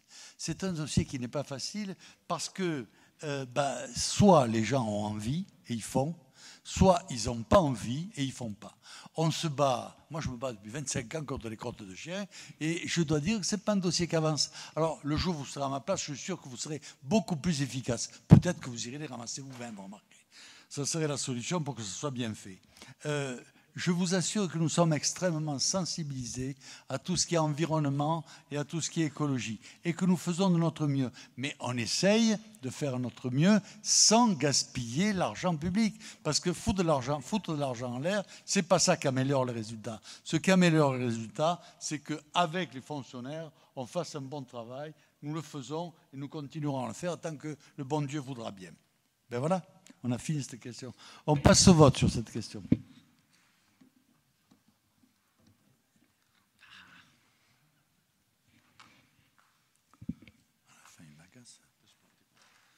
Alors, dossier numéro 17, toujours Christophe Rédien-Duval. Rapport d'activité 2020, service de collecte, traitement et valorisation des déchets. Le président de la CCPRO doit présenter un rapport annuel sur le prix et la qualité du service public au plus tard dans les 9 mois qui suivent la clôture de l'exercice concerné. Conformément aux dispositions de l'article D2224-5 du CGCT, ce rapport annuel sera mis à disposition du public au siège de la CCPRO, mis en ligne sur le site de la CCPRO et diffusé à l'ensemble des communes membres. Il sera également transmis aux représentants de l'État dans le département. Il convient que le Conseil communautaire prenne acte du rapport annuel présenté avant transmission aux différentes instances. Présentation du territoire. Vous m'entendez? Oui. Bon. Présentation du territoire communautaire. En 2020, le territoire de la communauté d'Orange est resté inchangé et compte toujours 5 communes ainsi qu'une population totale de 45 681 habitants. La collecte durant l'année 2020 n'a peu évolué significative au terme d'organisation des services de collecte des déchets de la CCPRO. Nous avons 47 agents pour la collecte et 13 agents pour la déchetterie. Face à l'épidémie sur l'exercice 2020, la collecte a rencontré des difficultés, comme vous le savez. Cela n'a pas impacté l'évolution du tonnage. Nous avons rencontré juste certains soucis avec les papiers et l'augmentation du carton, qui n'est pas une ressource économique pour notre collectivité. Les 3 déchetteries du territoire ont continué à fonctionner avec les mêmes prestataires sur l'année 2020. Les diminutions de certains tonnages sont dues principalement à la période de confinement et à la fermeture des exécutoires, limitant certains apports ou suspendant certaines activités de collecte, BTP et artisanat. Le coût des services et gestion des déchets. L'évolution du coût des marchés de collecte, transport, transfert et traitement des déchets issus de la collecte. Nous avons eu une évolution, bien sûr, de ceci, et ainsi que l'augmentation de la TGAP qui est passée de 83 € hors taxe la tonne à 113 € hors taxe la tonne.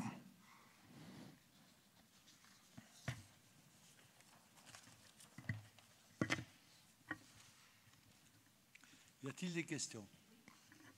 Allez-y.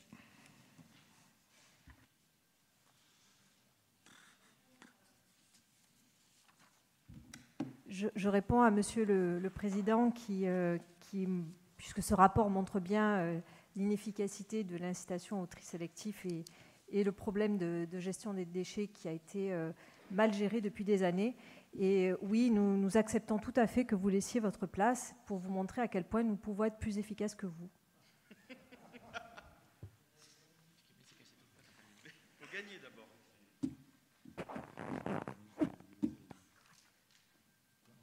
Oui, alors, moi je suis satisfaite de la mise à disposition de ce rapport parce qu'en fait, je suis une nouvelle élue au conseil communautaire. Là. C'est la deuxième année que je siège avec vous. Et en fait, j'ai essayé de faire des recherches l'année dernière. On n'en a pas voté. On a eu un rapport annuel de l'ensemble des services publics. Mais ce rapport qui est obligatoire, même quand on n'a pas de budget annexe sur les ordures ménagères, j'en ai pas trouvé. Vous écoutez là, les artistes. J'ai essayé de faire des recherches. Mais vous répondez. J'ai vu que l'ancienne CCPRO, elle en faisait. Je me suis dit, si ces dernières années on n'en a pas fait, c'est que sûrement il y a anguille sous roche. Et donc moi je me félicite de ce rapport, mais en même temps, on peut le comparer à quoi? Puisque le rapport l'année dernière, il n'y en avait pas. Donc en fait, en plus, si je prends les chiffres qui sont dans le contrat d'objectif, si je prends les chiffres qui sont dans le rapport 2020, si je prends des chiffres que vous nous fournissez lors des budgets, des votes de budget, en fait, les chiffres sont différents. Donc ce qui veut dire qu'en fait, peut-être que tous ces chiffres ne sont pas faux, qu'il y a plusieurs façons de les présenter.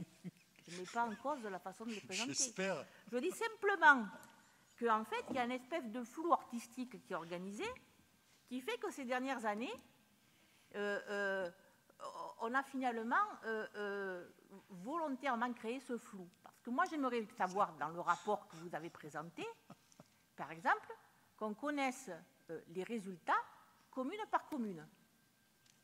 Parce qu'on aurait certainement des surprises. C'est une simplification que vous proposez. Les petites communes qui tirent orange, hein, parce que vous vous êtes dit alors favorable à l'écologie, vous avez mis du temps quand même. Hein. Non, à la véritable écologie. Je suis favorable à la véritable.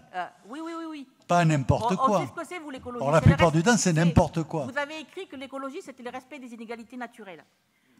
Donc, moi, ce que je voulais dire quand même, c'est que on a voté un budget où vous avez évalué le surcoût des ordures ménagères à 726 858 € et qu'en fait, vous avez décidé d'une recette de 2 330 000 €. Ce qui veut dire qu'en fait, vous avez pas simplement taxé les propriétaires avec la taxe foncière. En cette rentrée, l'ensemble des locataires payent avec le décompte annuel des charges la taxe des ordures ménagères. C'est-à-dire que vous mettez tout le monde en difficulté. Donc moi, je ne conteste pas les difficultés. La preuve, c'est que j'ai voté le contrat d'objectif tout à l'heure. Parce qu'il faut qu'on aille dans le bon sens. Mais simplement, vous ne nous répondez pas pourquoi, alors qu'il fallait donner 32 € pour financer le surcoût des ordures ménagères, vous en avez prélevé 100. Voilà. Donc ensuite, j'ai d'autres questions à poser. Vous évoquez aussi bien dans le contrat d'objectif que dans la présentation du bilan la poursuite de l'implantation des colonnes. Très bien. On sait que dans certains quartiers, il n'est pas possible de les installer, les colonnes. Pas parce qu'il n'y a pas de place, mais parce que le camion, quand il passe avec son bras, là, pour soulever les cuves, il n'y a pas l'espace pour le permettre. Et moi, j'ai des habitants de ces quartiers qui veulent avoir le tri sélectif. Donc, quelle réponse vous apportez? Par exemple, sur la colline, la montée de la colline ou la descente de la colline, il n'est pas possible d'installer ces containers. Comment on fait? Quelle solution vous apportez? C'est toi qui n'as pas de parole. Ensuite, il y a actuellement de nombreux orangeois, puisque c'est la période, on taille, on nettoie les jardins, qui, jusqu'à présent, prenaient leur véhicule ou un petit espace ou autre, prenaient un petit fourgon et amenaient leurs déchets verts à la déchetterie le dimanche. C'est bien. On leur dit, il y en a 3 qui me l'ont dit, qu'à partir de 2022, ce ne sera plus possible, parce qu'il faut qu'on puisse contrôler les professionnels. Et que donc, en fait, il y a des professionnels qui se font passer pour des particuliers. Et que donc, ça pénalise la déchetterie. Ça, je l'entends. Parce qu'effectivement, les professionnels doivent payer à part le traitement des déchets professionnels. Et donc, ça ne va pas être supporté par les contribuables. Je suis d'accord avec vous là-dessus. Sauf que si, comme on me l'a rapporté, on dit aux gens, eh bien, vous viendrez en semaine, moi, je ne vais pas prendre une demi-journée de congé pour venir poser mes déchets verts, parce que vous avez décidé de contrôler les professionnels. Donc, moi, j'ai vu qu'à la COV, à Carpentras, la solution qu'ils ont trouvée, c'est de mettre en place un système avec l'enregistrement des immatriculations ou des cartes grises, et que donc, comme cela, ça permet de contrôler qu'effectivement, on a bien affaire à des particuliers. Donc, il est dit également dans le contrat d'objectif que vous envisagez également aussi la plateforme téléphonique pour le retrait des déchets verts. Donc, moi, je souhaite savoir si vous vous engagez vers ces 2 solutions ou si vous préconisez aux Orangeois, aux Courtaisonnais ou aux Jonquiérois de venir en semaine poser une demi-journée de congé pour aller poser leurs déchets. Alors je vais intervenir. Je ne sais pas qui vous a rapporté le fait qu'on demandait aux habitants de venir en semaine. Quand on me le dit 3 fois, c'est Canguille ou Soroche. Comment? Quand on me le dit 3 fois, c'est Canguille ou Soroche. Voilà. Bon, si c'est 3 fois la même personne. Hein. Juste une chose, vous connaissez les ambitions des maires qui sont aussi autour de vous, c'est qu'on ne souhaite pas avoir des déchets et des déchetteries sauvages. Notre objectif, c'est d'ouvrir au maximum les déchetteries.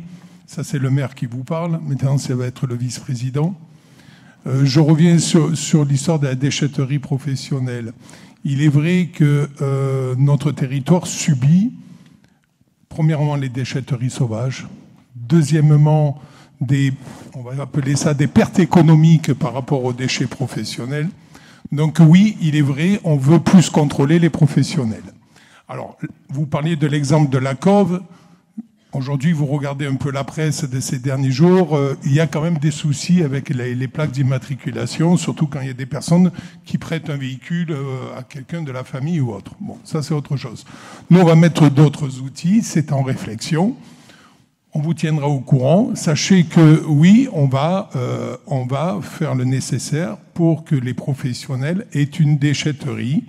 Alors, est-ce que c'est créer une déchetterie? Ça, je ne peux pas me positionner aujourd'hui. Est-ce que ça va être en complément de l'UTV Pro aussi? Pourquoi pas? Ou est-ce que nous allons peut-être réfléchir sur une des déchetteries et l'équiper et faire un test sur une déchetterie et l'équiper avec le matériel nécessaire? Ça va peut-être être cette solution, mais là, pour le moment, je ne peux pas vous en dire plus. Comme les services, comme d'habitude, ont été pris à partie, c'est eux qui vont répondre. Un élu veut répondre. M. Bompard. Oui, pardon, excusez-moi, Monsieur le Président, chers collègues. Oui, Madame Alouis, je ne sais pas où vous avez cherché vos informations, mais en tapotant rapidement sur mon téléphone, moi j'ai trouvé tous les comptes rendus d'activité de gestion des déchets sur Internet, sur la CCPRO. L'année dernière, il n'y en a pas eu. L'année dernière, l'année d'avant. Donc vous jetez l'opprobre comme ça un peu trop rapidement, mais si vous voulez, je vous donnerai des cours d'informatique. Il y en a pour 2 minutes, vous allez voir, ça va très bien se passer. Ça, c'est le premier point. Mais c'est en ligne. Pas de cochonnerie. Non. Encore une fois, j'aime beaucoup Madame Alouis, mais j'aime beaucoup plus mon épouse. Donc, voilà, vous m'excuserez. Je vous ai conduit, chers collègues. Ça, c'est le premier point. Le deuxième point, je pense que vous devriez le savoir. Monsieur le vice-président Régnier Duval l'a dit. On voit bien, et le préfet s'en est saisi il y a quelques jours, qu'il y a un vrai problème sur la gestion des déchets. Moi, j'ai un copain qui habite au Pontet, il me dit à la CCASC, nous, ils nous prennent plus les utilitaires parce qu'ils disent vous pouvez être potentiellement des professionnels. Vous voyez où on en est. Donc, on essaye de ne pas arriver dans ces dispositions drastiques parce que justement, c'est le genre de choses qui peuvent peut-être faciliter le dépôt sauvage. Et des exemples de dépôts sauvages, on en a plein. La police administrative de l'environnement s'en occupe particulièrement bien à Orange, mais c'est généralement, malheureusement, plus une question de mauvaise volonté que d'exutoire sur certaines personnes, surtout sur le dépôt sauvage. Voilà, donc si vous voulez, vous jouez un peu sur du velours parce que c'est un problème national et c'est déjà la situation que je vous ai dit la dernière fois. C'est des problèmes qui relèvent même du savoir-faire, enfin du savoir-être et du civisme. Donc c'est bien facile de critiquer, mais on sait très bien que ce sont des enjeux qui dépassent Orange ou une mauvaise gestion, ou alors tous les gestionnaires locaux sont des mauvais gestionnaires, mais je ne crois pas que ce soit le cas de cette majorité en tout cas. Après, parce qu'on parle des colonnes easy, c'est très difficile de les élargir parce qu'au début, quand ça a été installé, ça a été mal pris. Finalement, maintenant, on a de plus en plus de quartiers qui le demandent. Comme vous l'avez dit, c'est pas forcément facile à installer. Maintenant, vous prenez la CCAOP, ça hurle chez eux sur le territoire de la CCAOP. En tout cas, moi, les retours que j'ai. Parce que là, c'est des colonnes enterrées, donc ça pourrait sembler plus pratique, sauf qu'en fait, c'est que des sacs de 30 litres qu'on peut mettre. Donc on a tous une poubelle chez nous, on sait très bien qu'une colonne un sac de 30 litres, c'est pas facile à rentrer, on n'y met pas grand-chose. Donc c'est des vrais problèmes qui se règlent au fur et à mesure et avec un peu d'intelligence et de bon sens, et pas juste des imprécations ou des critiques gratuites. N'importe quel interco, et je vous l'ai déjà dit, Madame Alouis, n'importe quel interco, peu importe sa coloration politique, se retrouve avec des problèmes sur la gestion des déchets. Donc voilà, faites un peu de bonne foi, juste 2 secondes. Oui, moi je voudrais que le service financier réponde sur ou quelqu'un réponde sur l'atome, c'est technique. En plus, c'est pas les élus qui l'ont fabriqué, c'est les fonctionnaires, donc qu'on soit éclairé là-dessus. Alors, je vais juste vous rappeler, mesdames et messieurs, les déficits du budget ordures ménagères depuis 2017. En 2017, on était à moins 486 000. En 2018, moins 332 000. En 2019, moins 1 33 000. Et en 2020, moins 1 852 000. Donc, l'augmentation de l'atome que vous avez votée d'ailleurs, bien entendu, est liée à ces déficits quasi structurels, hélas, depuis la fermeture de Delta Déchets. On travaille tous les jours à la baisse de ce déficit et à l'augmentation des possibilités pour chacun de mettre du tri sélectif. Là où je m'inscris en faux, c'est que lorsque vous dites qu'il y a des endroits sur Orange ou dans la CCPRO où on ne peut pas faire du tri sélectif, ça c'est faux. Partout sur le territoire communautaire, les gens peuvent déposer leur tri sélectif, soit parce que c'est du porte-à-porte, soit parce qu'il y a des colonnes à moins de 150 mètres des domiciles. Quant enfin le fait de refuser en déchetterie des personnes qui viendraient, ça, pareil, c'est des accusations jetées en l'air. Soit vous avez des preuves et nous interviendrons auprès des services concernés de la plus dure des façons, soit vous n'en avez pas et c'est difficile pour moi d'accepter que l'on puisse dire que des agents n'acceptent pas, dans le cadre de leur mission, le public.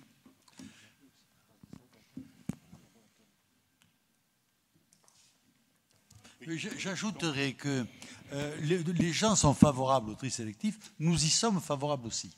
Mais par contre, le problème auquel on se heurte, c'est que les gens veulent du tri sélectif et veulent des colonnes pour le tri sélectif, mais pas devant chez eux, ailleurs.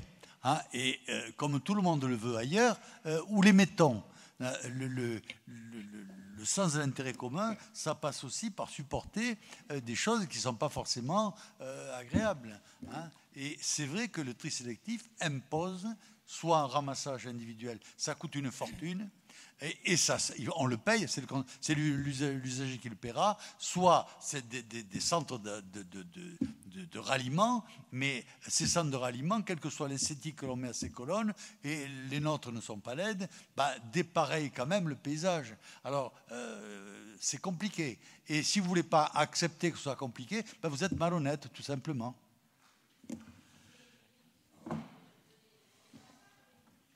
Eh bien alors,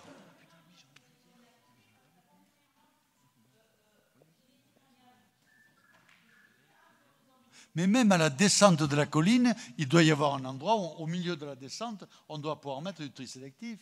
Hein, allez voir, et puis il faut le mettre quelque part, il faut se débrouiller.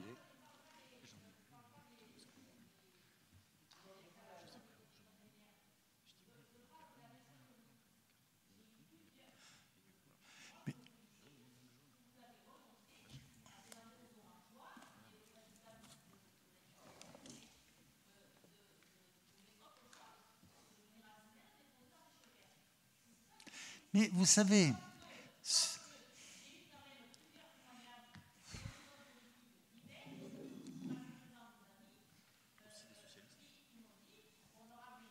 oui, mais vous nous l'avez longuement dit. Je peux vous répondre. Vous nous l'avez longuement dit. Mais je l'ai entendu et je suis dur d'oreille.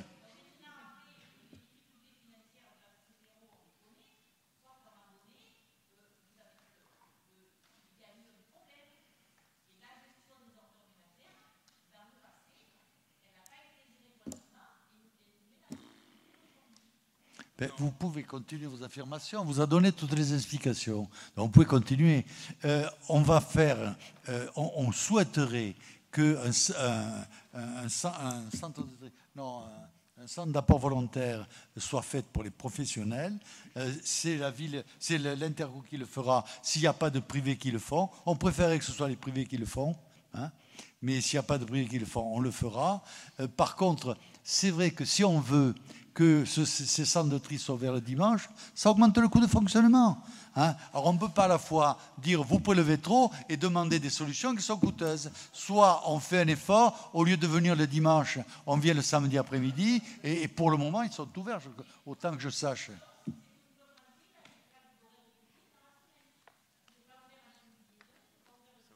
Mais c'est toujours pareil.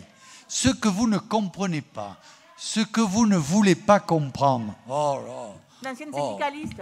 Je ne vous réponds pas. Je vais vous le faire. Les horaires je variables, ça ne coûte pas plus cher. Je ne vous réponds pas d'abord. Je ne sais même pas comment on peut vous couper la chic.